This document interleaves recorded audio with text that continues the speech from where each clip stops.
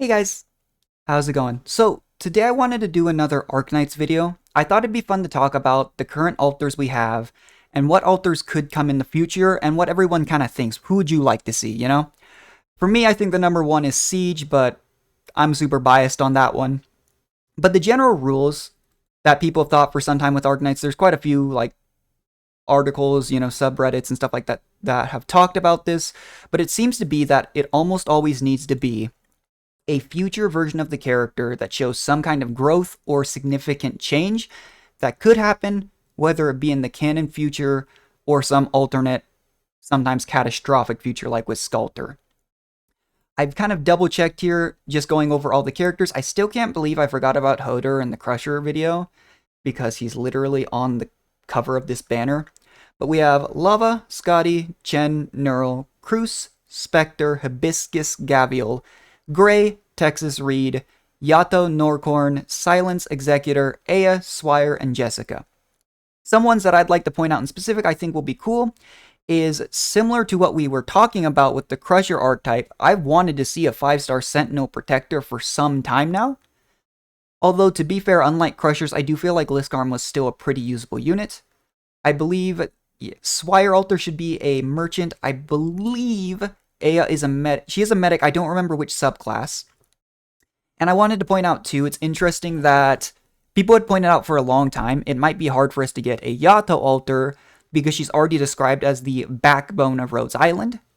But then we got a collab alter. I don't even know what collabs Arknights could do in the future. Another interesting one that I'm glad changed because she's my favorite character is we got a Texas alter. And people always talked about how we might not get a Mafia alter for Texas because she's moved past that life. But something I always thought was she specifically says somewhere in the operator page, I believe, that when she has to go back and deal with her past, she'll be ready to face it. And that's kind of what we got with Texas the Omertosa. But overall, I just kind of wanted to go down the list and see characters that I think could be cool to have an alter or what might happen in the future. So I just put up the entire operator list here and we'll just go down the line. First of all, I don't think Mustima will get an alter because she's already extraordinarily powerful in lore, but I think it'd be cool to see.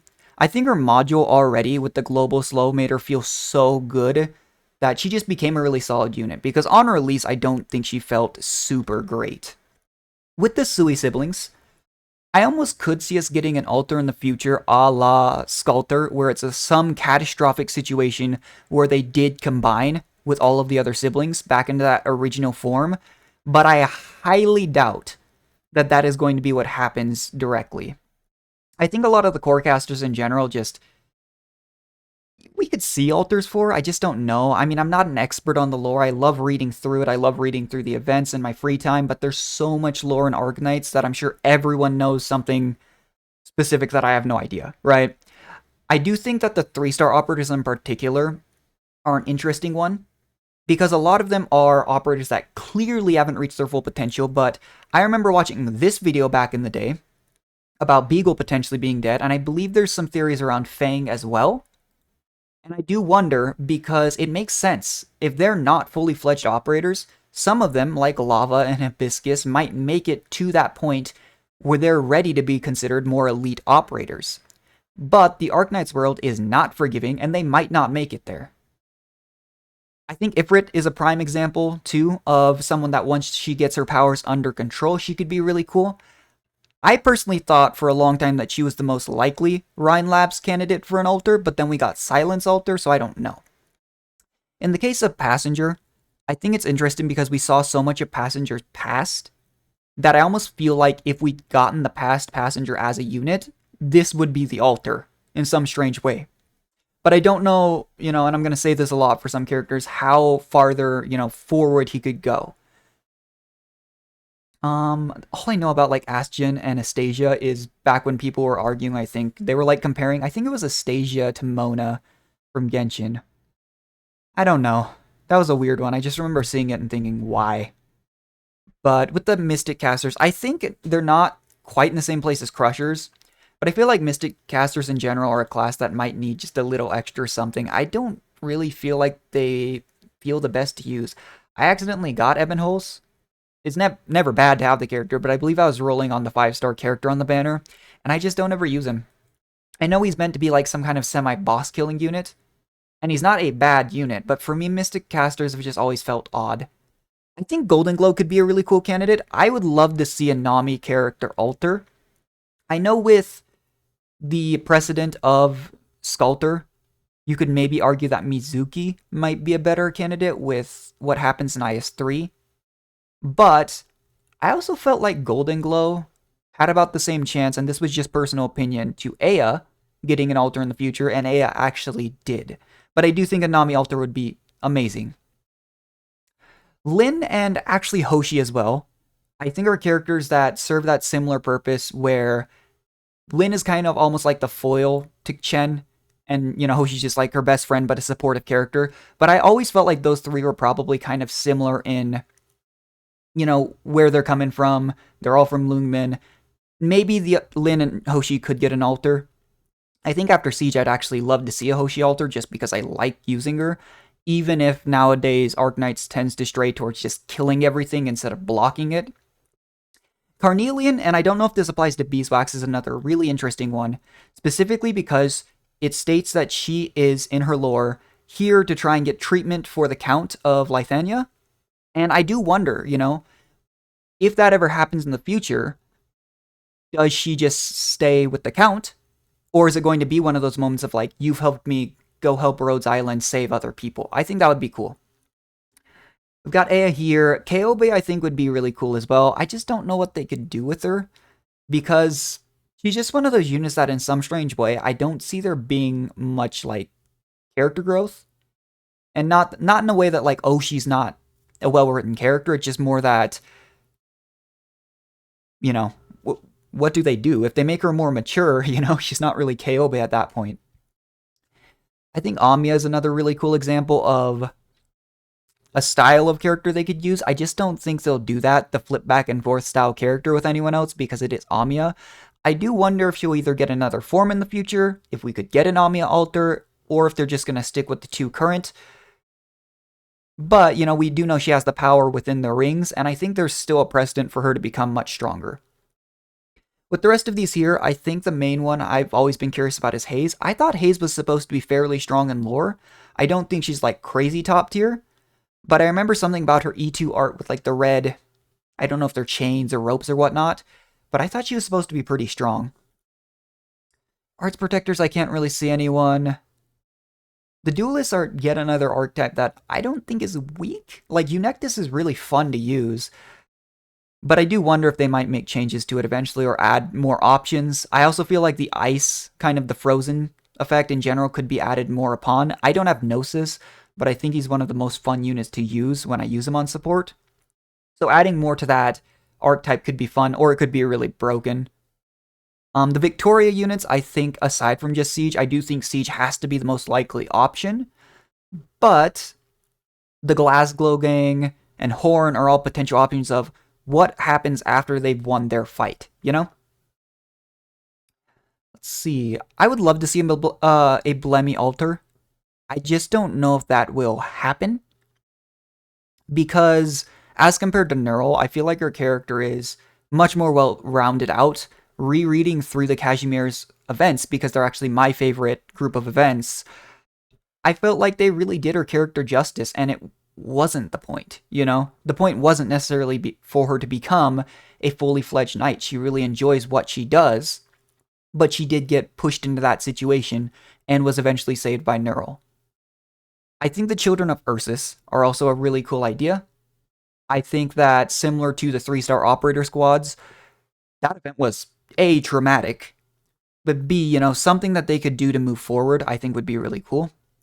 There's Hoshi again. For some reason, I always got the feeling that maybe Kuoro would get an alter, but that is really just a shot in the dark. Let's see, there's the Sentinels, the Centurions. I think that, we already have alters. The top tier on this list here is an alter. Spectre as an alter. I do think that Blaze is kind of at that weird point as well, like similar to what people talked at with Yato, where it'd be cool to see an alter, but she's already one of the elite operators. That being said, I mean, even in just like the first few arcs with the Arknights anime, they do a good job of showing elite operators are not anywhere close to untouchable a lot of the time. So maybe, there's room for growth there. Could you imagine if they made a Surtur altar and she did more damage? That's definitely not going to happen, but it would be funny. Let's see, Glasgow gang members. I don't even know too much about a lot of the other characters' lore, to be honest. I don't think Irene would get an altar in the future. Hmm. We do have Liskarm altar now, so maybe Franka. I mean, for the exact same reasoning as I was talking about Chen compared to Hoshi and Lin, but who really knows? I mean, there's kind of groupings of characters everywhere in Arknights. That doesn't mean everyone in the group will get it, There's a chance we get the rest of the Abyssal Hunters and altars for them, but there's also a chance that doesn't happen. Let's see. Enmities. I don't mind the Musha subclass. I don't think they feel terrible to play. But if I'm going to play one of those style of characters, I personally would rather play like a Reaper or even like a, Mudrock or Penance, although that's not quite the same either. Let's see. I feel like the Lord subclass in general is just very well rounded out to begin with. I will point out Lapland in specific is an example of, and there's a couple other examples that I can think of where people actually believe that the refined horror mare skin she has is actually meant to be like a pseudo, like what happens in her future. And given that her infection, I think, is canonically one of the worst ones in terms of progression, I do wonder what'll happen to Lappy. Hmm. I was really hyped to see Frostleaf in the Arknights anime. I forgot how much of a role she played early. There's maybe some potential there. Let's see. Eh. I was actually just going to try and pull a Spuria, but I got really fortunate with Executor Altar. I've been building him. He's fun to play, and the module, I believe, increases the amount of HP he gets per hit. And it is interesting to see a Reaper guard with a ranged weapon. I didn't think that was something they'd... Like, I didn't imagine it going that way.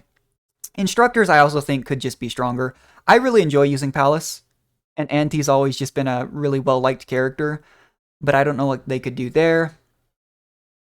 Nightingale and Shining are maybe options, but I kind of doubt it. I think Shining in particular is another example of something people pointed out. She carries a sword, but, is there ever going to be a reason in the future for her to use it?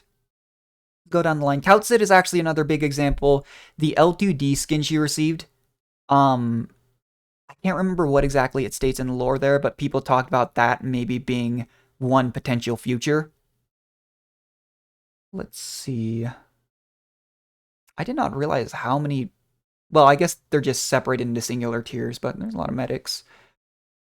Wandering medics, I mean, yeah. Therapists. I don't know. Lumen, I think, is one of the best feeling welfare units that we've gotten. Gladia also feels really good, but Lumen's such a good unit. Rosemontis is another perfect example, though, of a character that's currently going through a lot in lore, and maybe once they move past that, we could get an altar. Exia is another weird one, where I don't know what they would do. I could imagine they might give her an altar, but at the same time, she's still one of the best anti-air marksmen in the game after all this time. I have wondered if Gravel and Platinum might be candidates as well. Members of the Armorless Union. They've already experienced a lot of character development from when we initially met them to begin with. Let's see. W. I don't think we'll get a W altar. She's already a limited unit. And... I mean, she's one of the characters from way back when in Babel, in lore, so that seems a bit odd. Wars, Pozemka... Another Child of Ursus, that could be... again, I think that really could be the case, that we get one of them. I think in terms of, like, significance, a lot of the times I just personally assume that it would be the leader, so Siege for Victorian units. I don't know if Jima counts as the leader of that group, but I would imagine, personally, if one of them got an altar, it would probably be Zima. But then we got Silence Altar, so who knows. Let's see. I mean, a lot of these characters I just admittedly don't know a whole lot about. Like, I really do think with what happens in IS-3, there's maybe possibility for a Mizuki altar, but Mizuki's already a solid unit. Not that alters have to be for units that are struggling. See, I would love to see a Project Red altar, actually in specific. This is another super biased one for me, but she was actually my first 5-star unit. I used her for a long time, all the way up through IS2, pretty much until I got Texas the Omertosa, because I still don't have Phantom. And that being said, like, for how, like, she is the Wolf Hunter, and there is still room, I think, for progression there. I'd love to see a Project Red altar in the future. Let's see. Again, Abyssal Hunters. I think Abyssal Hunters could just all be prime candidates for a catastrophic alternate timeline altar. Let's see.